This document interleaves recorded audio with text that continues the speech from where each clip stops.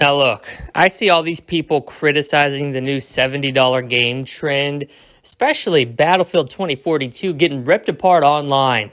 The video game online community is complete trash, but getting ripped apart online for charging $70 for a game that has no single player, only has 4 maps at launch, and looks to be an incremental upgrade over the previous installment.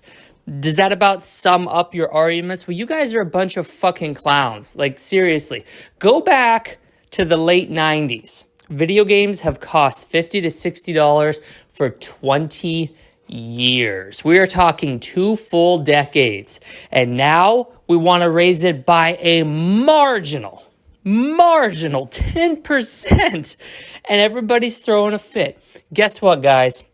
I got news for you, and then I'll even give you some advice at the end. But I've got news for you clowns getting your panties in a bunch because the developers and publishers are asking you for $10 more, and you're throwing a fit like a kid in the candy store. Nobody has a gun to your head asking you to pay $70 for these games. You have power that you probably for the first time are just realizing. Vote with your wallet isn't a concept that you see neckbeards throw around online. It is 110% the power you hold within yourself by giving feedback to these corporations when you make your purchases. Now, do you really think, look at the graphics card market, do you really think that an RTX 3070 is worth $1,200? No, it's not, but people are paying it because the supply is low and the demand is through the roof. Now, you take a game like Battlefield 2042, looks absolutely phenomenal. All internet shitting on this game aside, I think this game looks fucking amazing. The battles look amazing. The landscapes and the way the maps are going to crumble look to be absolutely revolutionary. DICE has done it again, man. And they're going to continue to do it, whether you people support this decision or not. But getting back to the point, getting back to the crux of the argument here. If you don't like paying $70 for Battlefield, wait until it drops $10. Wait until it drops $20. Wait until it drops $30. But don't sit here and act like video games have been steadily on the increase, just chomping away every dime and penny they can grate out of your wallet. That hasn't been the case. Think about this, right? You go look on Wikipedia, they have an inflation chart as to what each console costs, adjusted for inflation. We are in the era right now of the cheapest gaming has ever been. It is fucking phenomenal. Never been easier or cheaper to get into the world of video games. Chances are you already own a device or 3 that can play games. It's amazing.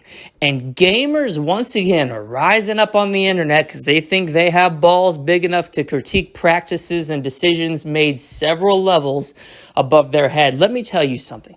Battlefield 2042 is going to revolutionize the industry. It is absolutely worth $70, campaign or no campaign. You want to know the reason they're omitting a campaign from Battlefield 2042? It's because they listen to player feedback. They get data from you, and EA and DICE determined that nobody was playing the campaign.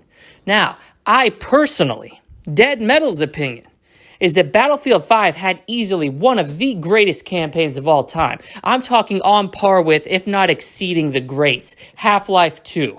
All right, Left 4 Dead 2. These games have absolutely phenomenal campaigns designed by the one and only Valve. Hard-hitting stories that engross you, dig its fucking hooks into you, make you care about the characters and never let up. All right, Battlefield 5 had a campaign that, as difficult as it was, surpassed Fortnite's campaign. Absolutely phenomenal campaign in Fortnite. I did a whole video on why that's the greatest game ever made. If you haven't seen it, go check it out. But nobody else saw fit to enjoy the Battlefield campaigns. It seems me and the small army of single-player appreciative gamers are in the decline. And so DICE said, fuck them. EA said, fuck them. They don't want to play our campaigns that we're pumping millions of dollars in to set your character up in these spectacular scenarios where you can play out the gritty realism of war on a level-to-level basis. Fuck them. cut the campaign. And I support that decision 100%. Just like back in the day, I supported EA's original approach to Battlefront 2 with the star cards and the loot boxes. I mean, you have to give your player a reason to come back. These are basic fundamental building blocks of game design. And then the internet got all their panties in a bunch, threw a fit. And so EA and DICE had to dumb their game down to the level of the casual so that they could put in an hour or two and unlock Darth Vader. Put in an hour or two a week and they're playing as the single greatest movie villain ever made. Yeah, that sounds about right for today's generation who want everything now. Their sense of entitlement is through the roof, but their desire to get down on their hands and knees and do the work has never been lower. Bottom line is this, people. Battlefield 2042 is going to completely revolutionize the landscape. I would pay $90 for this game because it is going to be the first next-gen experience that you and I have. It's just a shame that you're getting your panties twisted in a bunch about the cost of a product that hasn't gone up in over 2 years. And I guess I'll be getting good while you're sitting on your ass, arms folded, resigning yourself to my principles. It's about the principle of the matter. God damn it, I'm not paying $70. What are they? They're not even giving me a campaign.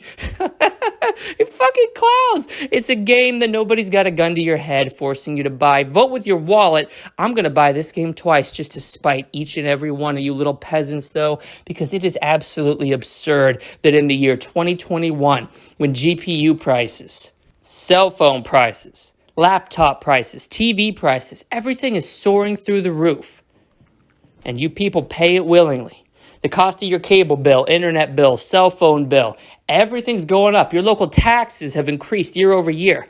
And you have the audacity, you have the fucking balls to raise up, grab the pitchforks and get angry at DICE and EA trying to raise the cost of their game that's going to deliver the first true next-gen experience, $70. That's what you're angry about?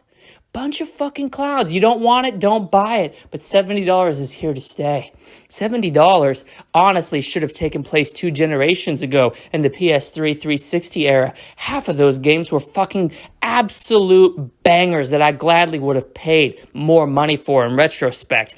Gamers, if you're not on board with this, you're just a bunch of cheapskate, cheap-ass motherfuckers holding on to a cheap idea of a principle and a few extra bucks in your wallet. If $10 is that important to you, quite frankly, you're in the wrong hobby. You might want to line up at the local soup kitchen. You might want to go to the local homeless shelter because apparently you don't know how to manage your finances properly.